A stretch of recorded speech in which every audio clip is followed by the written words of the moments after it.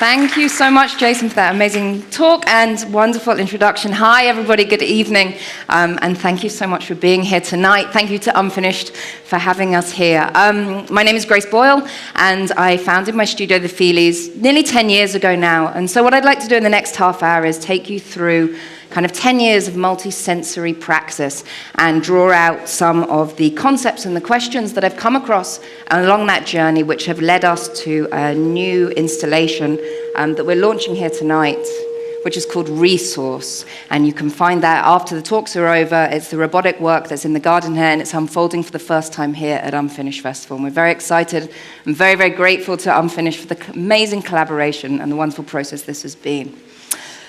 So, before I started The Feelies, in fact, I had an entirely different life. I spent most of my 20s living in India, working as an environmental campaigner, writer, researcher, and I was very fortunate. The job involved a lot of travel. I traveled all across India to meet people, to see things with my own eyes, and to bring back stories from rural places to urban audiences.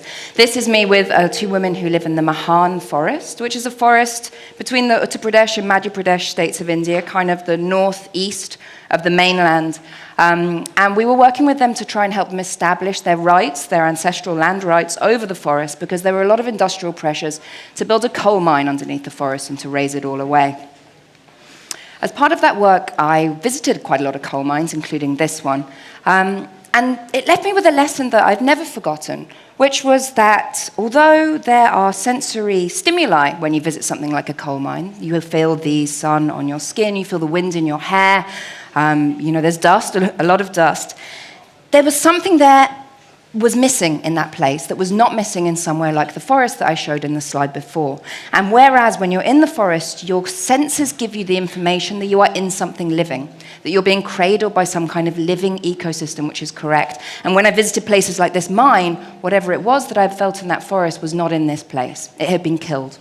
And suddenly that dramatic language that people use to describe extractive industries in these kind of industrial landscapes, people say the landscape has been raped or pillaged, and it can feel quite dramatic. When you actually visit these places, you realize that it's correct, that whatever was there has been killed. Now, if we look at this image at first glance, it seems a bit like a toy, or maybe like a piece of cake. You slice it through, you've got the layers of sponge, and there's like some green icing on top perhaps. But if I point out to you this digger in the foreground of the image, you can suddenly understand the mind-boggling scale that happens in these extractive industries. And this was another thing that really, really struck me, is the audacity, whether you consider this a positive thing or a negative thing, the audacity of the human mind to take from our tiny size relative to this landscape, to take on that landscape and to make this inorganic topography, to make this organic topography inorganic. You see what I mean? There's an organic shape at the top, and yet what humans have done is they've imposed lines upon it, and we're extracting line by line as it goes down. And this is something that you see in mining industries of different minerals and different materials all across the world. Here's a salt mine in Bolivia, lots of nice piles, so we can easily count them. It seems ridiculous in some ways. And then, of course, the famous lithium mines of Argentina. This one is in Chile. The amazing colors that you get. But you see, we've kind of imposed a modulation on this organic landscape, right? It's very computational, actually. The square is a completely man-made shape. This is not something that we ever find in nature. And the same with the straight line. And yet we've imposed this upon the landscape to extract these minerals that we need for many of our industries. This is something that we don't really see as an end consumer.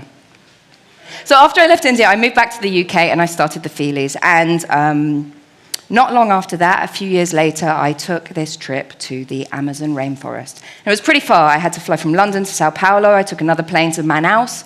And then the road ran out. There was only jungle. And so instead of a bus, we took a plane which hopscotched like a bus across the jungle. We got off at stop 3 at 5, and we took a boat up the river for an hour, hiked up the hill for an hour, and eventually came to this place, which is called Soremoiba, which is a Munduruku village in the Brazilian Amazon. The Munduruku, I think you see them in a moment, yes, here we go. This is Juarez, who is the chief of the village, are indigenous people of the Brazilian Amazon. There's only 13,000 of them in the world, and they have their own language, Munduruku, which they don't teach to anybody else because They need to keep it for if they ever need to fight. They're a fighting people. And the thing is, they are now fighting, except it's not a war, as Juarez said, it's not a war of bows and arrows, but it's a war of words and paperwork, because there are a lot of industrial and bureaucratic pressures on them to establish in these forests illegal sand mining, incursion of roads, deforestation. And so what we did is we wanted to, the reason I was there is we partnered with the Munduruku and we wanted to make a multi-sensory virtual reality piece about them and about their lives in the jungle, and use that as a way of bringing urban audiences to the forest and taking their story out to urban audiences and hopefully building political and social support for them in their fight to establish their ancestral land rights. So this was our filming crew. We stayed 2 weeks with the Munduruku in the Amazon. This, at the time, was a very cutting-edge 360 camera. It's not so much anymore. Technology moves on very, very fast. But we had a VR crew who did the visuals, and then our Feelies crew, our job was to create a sensory shoot of the forest. I mean, how the hell do you do that? I didn't really know at the time either, but we worked out a lot of stuff and I've been developing it ever since. And so the man that you see standing next to me there is a perfumer, Najib Chaibu, and he came along as a kind of one-man smelling journalist machine. So his job was to go around to smell things and then to make the olfactory narrative of the piece we would make. And in the meanwhile, I set about trying to do this sensory mapping. I took a lot of data, and this data I took was ostensibly objective, right? I used tools and technologies. I took humidity measurements, and I took wind measurements, and I measured the light incident in the morning as the sun came up and in the afternoon as the sun went down. And I also took subjective measurements, right? We've been talking about praxis as a dance between theory and practice, and I think these two things always need to sit alongside one another. And as I took those subjective measurements, I remembered what I had learned in the mine, which is that the ecological value of a place is really best communicated through the bodily senses. A vision of a place, this is a beautiful image, the river looks beautiful, but kind of I know intellectually, or perhaps through an experience of having been there. But if you were in this place, the way that it communicated with your bodily senses would inform you of the life in that place, of the ecological value that it had. And so we wanted to take data from it and try and communicate some of that ecological value to people who were not in this place, but were in big urban centers, Sao Paulo and then other cities around the world. So we took a lot of data, but it's not just about taking a stimulus, measuring a stimulus, and then transporting it to another place and literally placing it on someone else's body. Instead, I considered it more like taking a huge rock of data, a mass, and then selectively, artistically, subjectively sculpting the sensory story that we wanted to tell from that rock of data, and that would create the story that we would play out on people's bodies. This is the narrative of the piece that we made for this story. So each of the colored dots is a different sensory stimulus. For different modalities, you can see we had heat, humidity, scent, infrasonics, which is kind of vibrations, the sound frequency that's below the human range of hearing. But how do you put those together? How do you decide how to make a narrative? And so we were using, and from the very beginning, we've used something called cross-modal principles. So every single one of us here is constantly perceiving through these principles of cross-modality. So if your modality is your senses, cross-modal is how your senses are constantly coming together, influencing one another, and making up your perception. We perceive in a kind of holistic, sensory way, even if we're not that aware of it. And by basing it in the science and choosing sensory stimuli that are cohesive and that go together, you can create very powerful emotional experiences and narratives. And so this was the emotional narrative that we wanted our audiences to go along. I'll give you a little example, because that can sound a little abstract. This is the first scene that somebody in the experience would experience when they meet the Munduruku. And it's within a Munduruku house, and it's a family having breakfast in the morning. Now, our goal for this piece was to allow audiences to feel an emotional connection with the Munduruku, to understand, although the forest might look very different from urban surrounds that you commonly think of as home, that this was the Munduruku's home, and to feel emotional about it in that same way. Now, visually, they look very different, and our sense of vision is quite an academic sense, which I'll talk more about later, but it's good for observing things. It's not a very emotional sense. There are other senses that bring us much more in the way of emotional quotient and emotional value. Smell is one of those. Our sense of smell is one of our oldest senses. It's deep in the paleo-mammalian brain, and it's deeply linked with things like memory and value judgments and learning. This is something we all know, right? You can see a picture of your baby blanket, and you can maybe even touch your baby blanket, but nothing is quite like smelling it. And if it has that same scent, you're instantly transported back. And these have very emotional values. So for this scene, we wanted people to feel a connection. So we introduced the smell of coffee, which is something that you can recognize from your own house. And then we also placed at that time a warm cup into the palm of the person's hand. And if you're that person, you're like, okay, cute. I'm having like a warm cup of coffee in the morning with the munduruku. However, the reason we did that is based in cross-modal science, which shows that people can be primed, all of us can be primed for our emotional interpretation of a situation through texture and through temperature. And so if you take someone and you place a warm pad in the palm of their hand, not too hot, about 45 degrees, and then they have a socially ambiguous situation, later they will be more likely to remember that other person as having been warm. And we can do the same with cold. We can do the same with things going smoothly or having a rough day. These textures can encourage us to interpret things in the way that our language actually gives away a little bit, but these are phrases that we often use, and I think we don't really necessarily think about where perhaps they come from. But there's a lot of our sensory intelligence contained within our language. We'll move on from this. So there's no headset for a multisensory VR experience, right? Obviously, you have the headset for VR, but what do you do about the rest of the body? So we had to dream up our own, and this was our initial sketch. Mark Tilsley was the art director for a multisensory 360 pod.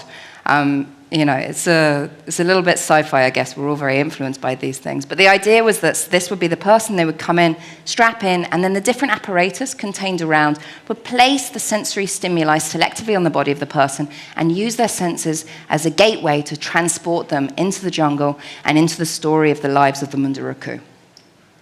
This is how it came out IRL, and this was at the opening launch in Sao Paulo in Brazil. We had a 1-month dedicated exhibition with 5 of these.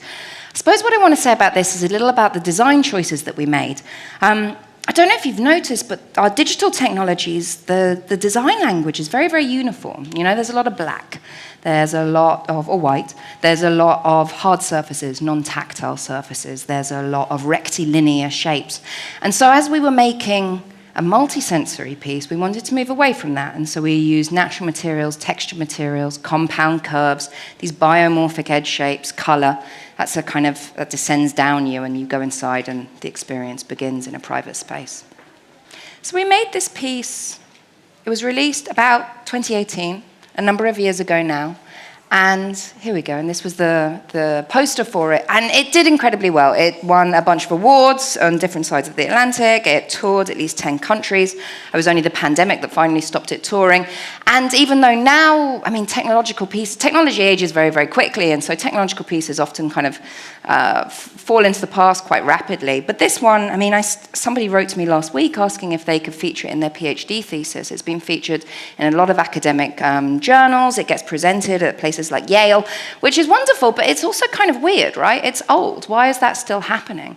And I think the reason that it still feels unusual, it still feels relevant, is because the way that we view our senses and our understandings of our sensory intelligence is still very much rooted in the past, about 400 years ago, to be precise. So in the true spirit of praxis, we're going to dip into a bit of theory now. Who knows the Cartesian duality, the mind-body duality? Is anyone familiar with that? Super. So this is a drawing not by Descartes, who was a philosopher in the 17th century, but by one of his peers of the similar time. But it shows very similar to the theory that Descartes came up with in trying to understand how we work, how the body works, how does our intelligence manifest and interact with the world, and how can we make sense of it. And this is something that humans have always tried to do, and it's a noble quest. So Descartes postulated that we had this mind-body duality, that we were a mind, which is actually a kind of a non-embodied entity. It sits in the head, but it's kind of like the soul, and it interacts with God, Deus, you can see at the top there, coming directly into the head and interacting with the person through the pineal gland. The body, then, is actually more just kind of like a mechanical servant. You see the 5 senses, which is an Aristotelian idea, and they simply mechanically serve up sensory stimuli to the mind, which remains the kind of center of computational control. Computation wasn't around at that time. The technology that was around at that time, very interestingly, was clocks. This is about the time that clocks started to enter Europe. And I think Descartes was very influenced by the technology that he must have seen. I mean, you can imagine if you saw a clock, right, when in the 17th century, and it's this object that's made of apparently inanimate matter, but it keeps going on its own. There's an animism to it. It must have felt extraordinarily wonderful, and he must have thought, well, maybe that's a little bit how we work as well. And you can see in the drawing, it's reminiscent of cogs. And actually then when you think, well, the word cognition, when we talk about our cognition, is this related to these kind of early ideas of cogs and clocks that Descartes saw? It's also reminiscent of Galileo and these kind of planetary circles that were also a theory that was being kind of worked out at the time.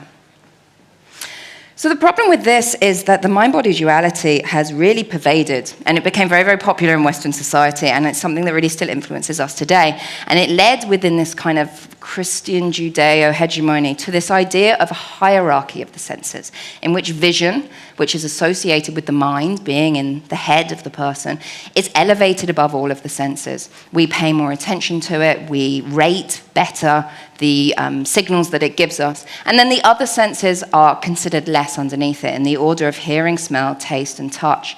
If you're interested in this, there's a fascinating field of sensory anthropology that you can look up, but I think enough to say that how pervasive this has been since.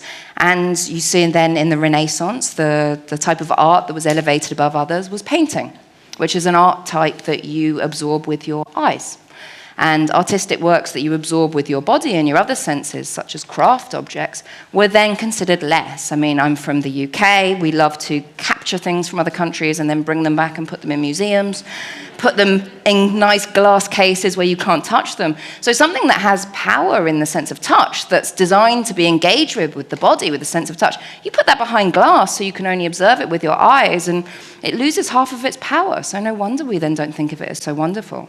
We also still have this hierarchy in mind when we think of jobs. Academic jobs that don't necessarily encourage us to use the body, we use just the mind. We consider them elevated still above jobs that may involve something more physical, such as being a mechanic, though actually this is using the mind and the body. If you think of the self as those two things, you could easily argue that it was much more sophisticated and much more difficult. We have phrases like, seeing is believing. Actually, if you look at what it is that makes us believe things, seeing's not very important for believing at all. Actually, things like smell are quite important for belief, and ultimately, when you know something is real is when you touch it, that sense that we've put at the bottom there.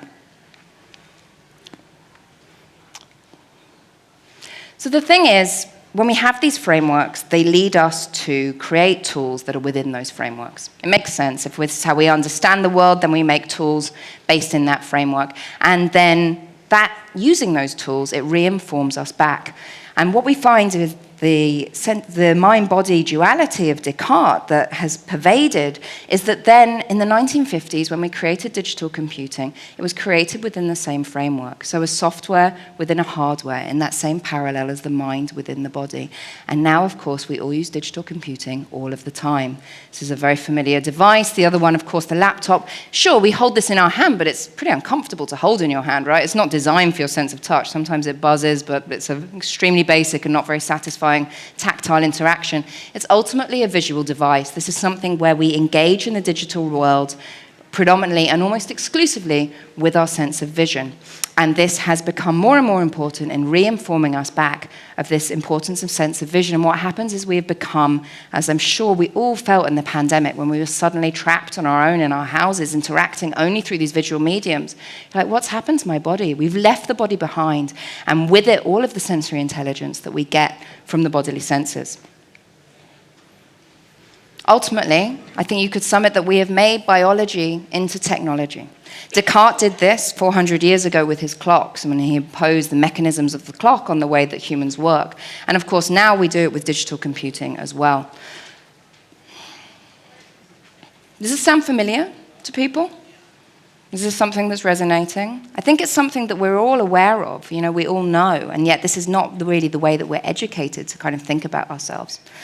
I do find it exciting at the moment, now that we're at the advent of artificial intelligence, because, although there are consequences of it, our computational power is increasing so hugely that it has the potential to interact with more of our sensory modalities. But, it depends very much on the way that we think that we operate and we think that we work. So how else might we think of ourselves and how we work? If it's not this mind-body duality, perhaps what could it be? Well, so this is a tractograph of the human brain. You can kind of see it. It's a side view, a little bit like that. You can see the front of the head going through to the back, and then the nerves coming down the spinal cord. It's a tiny slice of the brain, but it shows the neurons in the human brain. Now, the human brain has an approximate 100 billion neurons, right? It's a lot of neurons, and it's full of thought. And so a thought, if you were to try and trap it down to physically what we understand it to be, a thought is an electrochemical signal propagating through thousands of neurons like a wave, and this is what makes up a thought. The thing is, we don't only have neurons in our brains. We also have them elsewhere in our body. This is a tractograph of a slice of the colon in the gut. And you can see that it also has neurons, and they're outlined in this image in red around the outside. Now, the human gut has 400 to 600 million neurons, right? Which is not as many as the brain, but it's still a lot of neurons. It's as many as some small snakes or lizards have in their entire bodies. And I think as science is advancing, we're understanding that there's a lot going on within this nervous system contained within the gut, which is its own nervous system called the enteric nervous system, that actually doesn't necessarily have to involve the brain at all. There's quite a lot going on in the enteric nervous system that can function without having to contact the brain or the spinal cord. Again, we have this acknowledgement in our language, right? We talk about gut feelings, and we use that to suggest that there's a seat of knowledge or intuition or truth here. Maybe sometimes it contrasts with our head thoughts, with our mind thoughts, but nevertheless, there's a seat of truth that's here. And so, while we don't understand yet exactly how we think, because this is something that uses neuroscience, but it also uses philosophy, we're increasingly coming to understand that not all thought happens in the brain. And this is a concept in a field called embodied cognition. Can we turn it down a little, please? I'm sorry, I left that too loud. Embodied cognition is not just confined to the gut. Who plays a musical instrument here? Yeah, familiar with this? It's an embodied practice, right? This is something that you do with your body, and sometimes when you're doing it, you realize it feels that it's kind of coming out of your body itself. So this is one of the fastest violin players in the world, and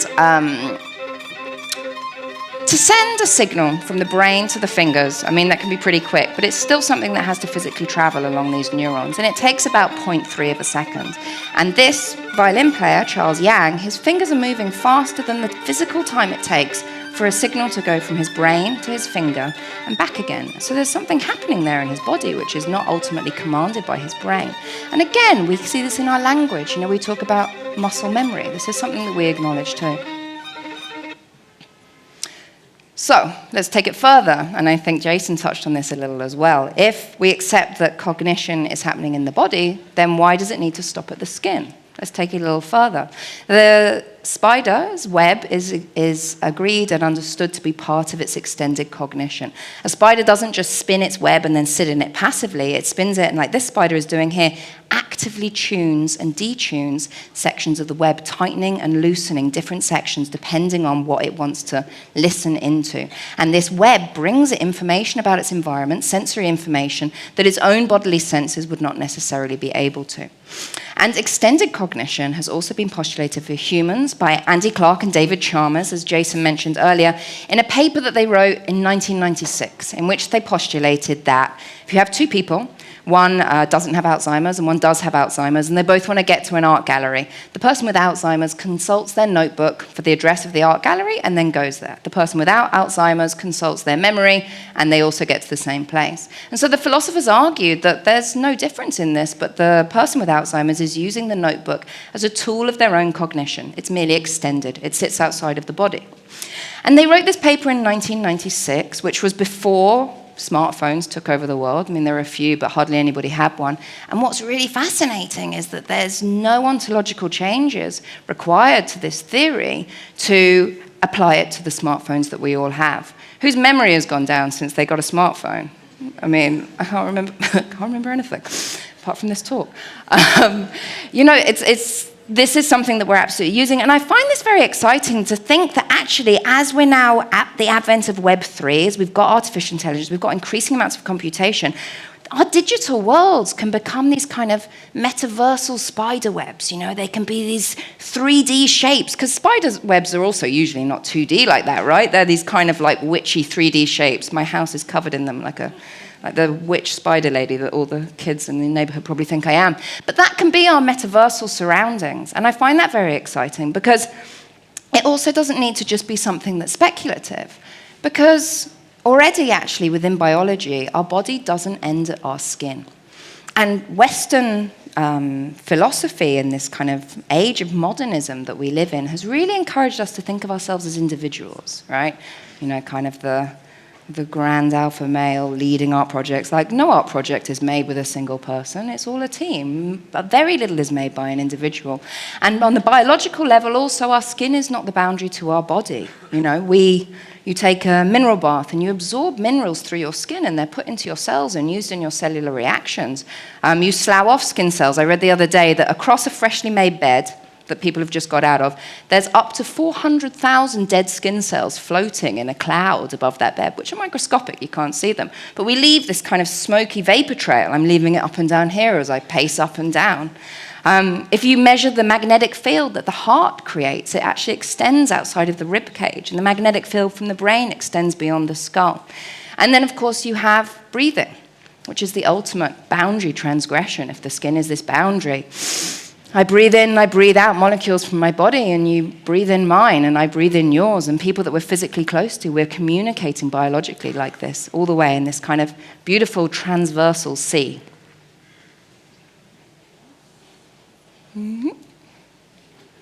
Let's move this on. There we go. So this was a beautiful project that I had the good fortune to work on, which is about breathing and about that boundary transgression.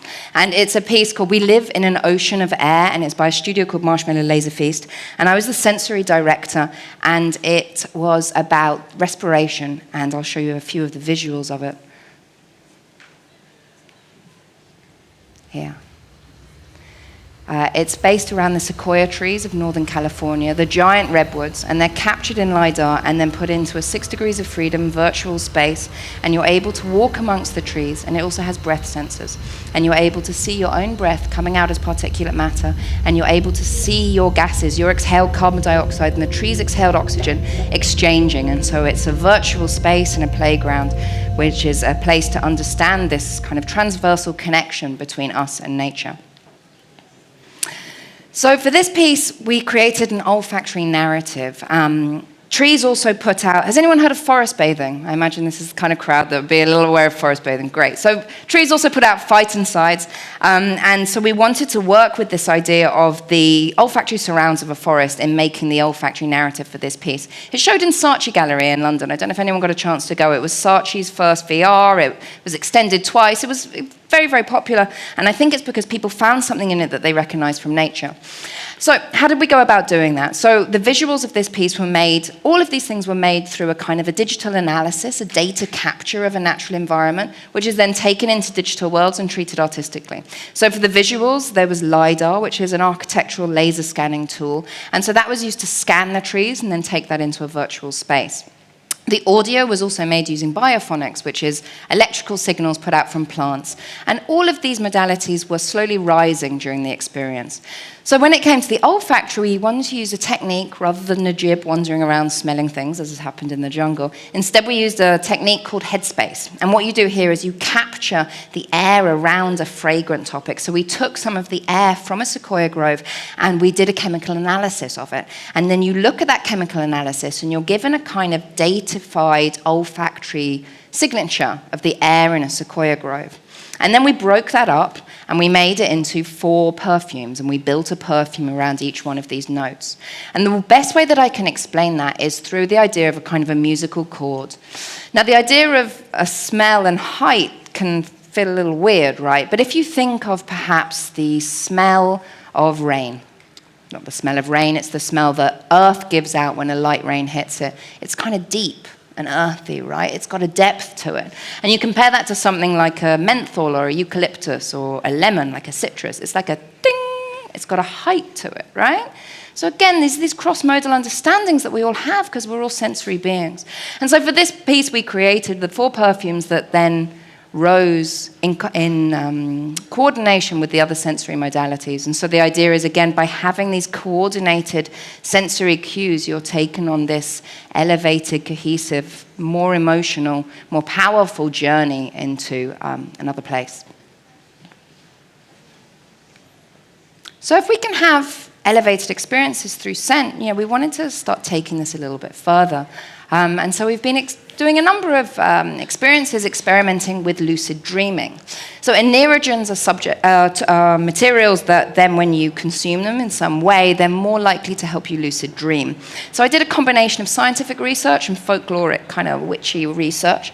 And using that research, we put together this scent, which is our scent of olfactory anerogens, things that encourage you to lucid dream when you breathe them in.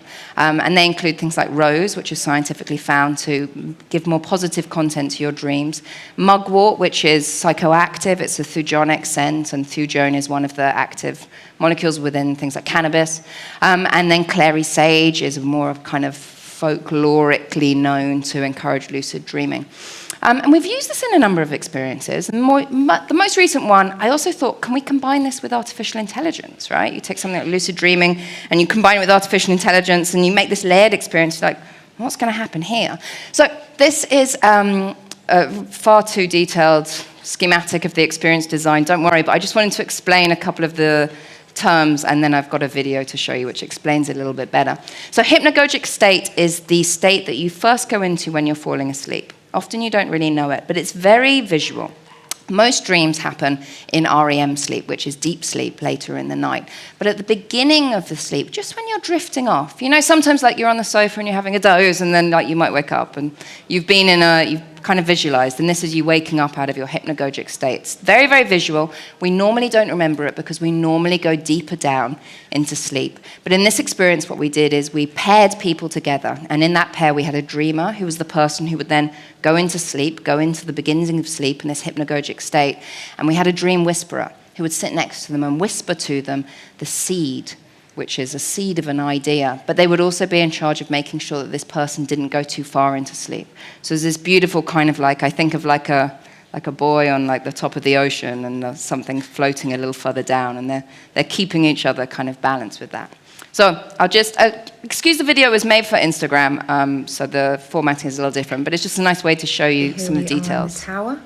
It's an extraordinary space in rural Poland as part of the College of Extraordinary Experiences, and we're preparing to give a prototype version of our dream machine. Could turn that up a little bit, maybe, please. Thank you. Ascend up into the tower, where they'll be divided into pairs of dreamers and dream whisperers, and together work with a targeted dream incubation to draw out images from hypnagogic states and pass them to a text-to-image generator AI running offline on the local network that we've built inside this tower.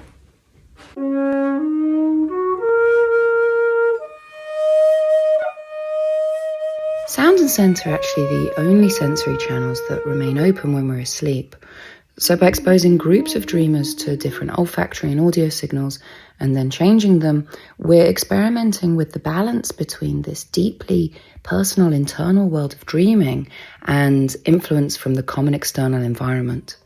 So given that we're on top of this 13th century tower in Poland, we have absolutely no network, so we had to create our own local network. So we have a lot of cables running in through here, and we've created a local network that allows us to speak with different hardware. We've given the Dream Whisperers an app. When they draw their responses from the dreamers, they're sending it to the app, which comes here into our model, and this model uses this prompt to generate AI-powered imagery. We're able to trigger the scents at different points in time and change the sounds and change the lighting, and all of these I can see here on my screen how they're generating different dream imagery and different dreamscapes. I feel like I'm part of their subconsciousness. Hidden in the beams are scent machines, which are going to be coursing scent through the dreamers and the dream whisperers at targeted times, changing lights to experiment with the cross-modal correspondence, and then we've hidden a couple of projectors up in the beams, so as the dreams start to come in from the dream whisperers, images generated from the dreams will begin to be displayed on the walls, and so the walls will become this kind of dark, flickering theatre gallery of the dreams being whispered out by the people lying on the ground around in this circular space. Is that all? For now. How porous are our boundaries? Can we have collective dreaming? And if an AI is a repository of our collective societal consciousness, how are those internal dreams going to be visually interpreted?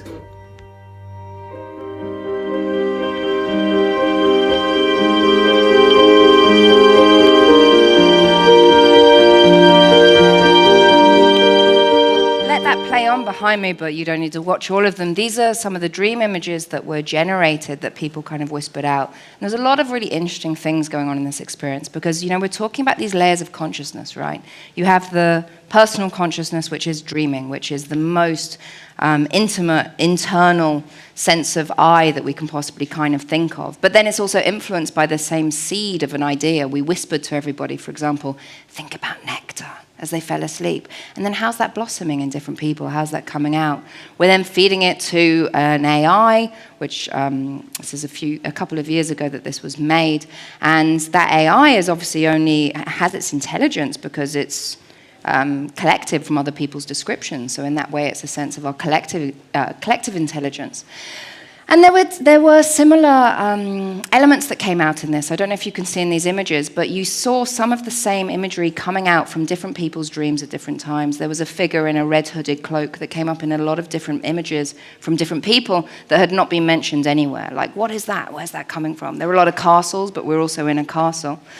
But the other thing about it was, some of these were amazing, and some of them were completely banal, to be honest. It's a bit like when somebody tells you their dream, and to them it's incredibly important. And sometimes it resonates with you, and sometimes it's the most boring thing, and you have to pretend to be, they're telling you, and then I turned into a cat. You're like, oh, yeah, all right, great. And it doesn't really mean anything to you. And the images that the AI produced were kind of similar to this. And I don't know how much you guys have worked with artificial intelligence, but that's kind of how I find it. Jason said it was a magic mirror. Sometimes these things really resonate, and sometimes they're rubbish. There's bits in there where the faces are completely blurred. It can't even make faces of people in an illustration. So, all of these questions, what is intelligence? We call it artificial intelligence, but it's not embodied. We have bodies. We have a sensory intelligence, which we spent many hundreds of years not really listening to and not really encouraging ourselves to listen to or trust. But that's a type of intelligence as well. Maybe, we have all of this fuss now about these artificial unembodied intelligences, but we're also only really just starting to understand about non-human intelligences that exist in other places in the biological world. So I've been thinking about this for a while, and this is now moving more towards the installation that you'll be seeing here at Unfinished. This idea of diverse intelligences. Artificial intelligence is actually making really amazing and very, very exciting progression with how we can understand animal communication. It's made amazing advances using machine learning with whale song in particular and bird song. I think we understand that in bird song, a lot of the things that are important is the gaps between the notes rather than the notes themselves. But because the way that we speak is not to do with gaps, it's to do with the noises, we've just been looking for the noises to mean something. We've been able to figure it out, but machine learning, taking this mathematical approach to these problems, was able to identify that actually perhaps it's much more to do with the rhythm and the gaps between things.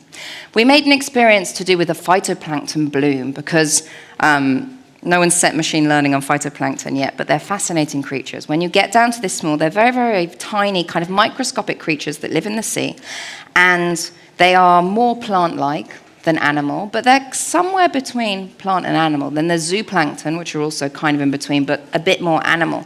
So phytoplankton are tiny, microscopic, you could barely see them, but they bloom, they multiply in their millions and billions, and so big that you can see it from space. This is a satellite image of a phytoplankton bloom. And so we took the data of a phytoplankton bloom and used it to make an experience which followed the journey of a molecule called dimethyl sulfide. I thought, wouldn't it be cool if we could take a perspective of a phytoplankton. And then I thought, no, what would be cooler is if we could take the perspective of this one random molecule called dimethyl sulfide. It's very small. It's a sulfur, 2 carbons, and some hydrogens, which goes on this incredible journey that's actually very, very important to us, and we never really think about it. So the phytoplankton, when they bloom like this, they give out this molecule, dimethyl sulfide. And it goes through this incredible journey, signaling different things to different species, all of which important and causing behavior change. So first of all, in the ocean, the zooplankton smell it, they perceive it, it's a chemical that they sense in a chemical way. And they go, oh, okay, this means there's food, the phytoplankton are blooming and I can eat it. So they come over. The dimethyl sulfide then transgresses through the boundary of the ocean. It goes up into the air. It dissociates into some similar substances. And then in the air, as well as signaling to the seagulls to come and feed on the phytoplankton, it also forms physically the substance around which water molecules in the air, gases in the air, can aggregate. And so it's the reason that clouds form. And then the clouds form and they float off somewhere else in the world and they drop their rain on a field. And for the field, then dimethyl sulfide means that you get to survive and you get to drink. And then the water comes back to the ocean. And if we ever smell dimethyl sulfide, to us it is the smell of the sea. You know, sometimes the sea smells kind of sulfurous, a little bit stinky, a little bit like something's rotting. And this is the smell of dimethyl sulfide put out by these tiny phytoplankton. So we've been making these little bespoke robotics and also experimenting with materials. So this is printed in 50% recycled ocean plastic, trying to think about these kind of future species. Can we have some kind of physical union between biology and technology? So this is like a techno-organic form. And it delivers in sound and scent it's a data sonification, data olfactification of the phytoplankton bloom that was recorded in the South Atlantic in 2022, I think. And it's quite non-specific. I mean, like the first version of this was put out in an immersive sound space in Leipzig, where people are really quite experimental. But it's really interesting in that having very basic visuals such as this, it's just this little robotic and you don't see anything else. All of the story comes through sound and scent, and they're very non-specific. And I do wonder if through using more non-specific senses, it allows you to shut off the mind and exist a little more in the body and step out of this human perspective and away for a little bit from this sense of human exceptionalism. Jason mentioned Carl Sagan, who had a kid with Lynn Margulies. So this is Dorian Sagan, and he says that life is not just about matter and how immediately it interacts with itself, which I think is something that as humans we're very guilty of doing. But it's also about how that matter interacts in interconnected systems that include organisms in their separately perceiving worlds. It's this idea of Umwelt. And so we have our sensory Umwelt, the phytoplankton has its as well. And then now we're also obviously considering what is the Umwelt of an artificial intelligence, of something that doesn't have a body. And so this brings us to Resource, which is the installation that is opening and unveiling for the first time this weekend at Unfinished. And it brings together a lot of these ideas: biology, technology, how do they overlap? What are the spaces that are still between them? Why do we insist that one becomes another? What remain the differences between biological life and technological life? What is the intelligence present in the environment? You know, can we think of material intelligence, that little molecule of dimethyl sulfide going through that whole journey and making all these changes? Like, surely this is an ecological intelligence or maybe a material intelligence in some way. And we made the first touch on the stone last night, and then we thought we would wait for all of you guys to arrive. So later this evening, we'll begin. It is a 3-day performance installation. We'll have a robotic arm milling from a giant half-ton rock of salt from a nearby salt mine, Slanik Prahova, and it will sculpt, the robot will sculpt the rock into a form that will be revealed slowly over the 3 days of the festival. So I would invite you to please speak to me, speak to Guillaume Peruchet, who is the robotic fabrication expert that will also be with the installation.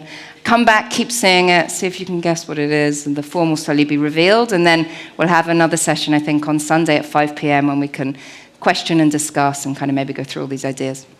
In the meantime, I'll be here all weekend. And you can follow us on Instagram if you like. And thank you so much.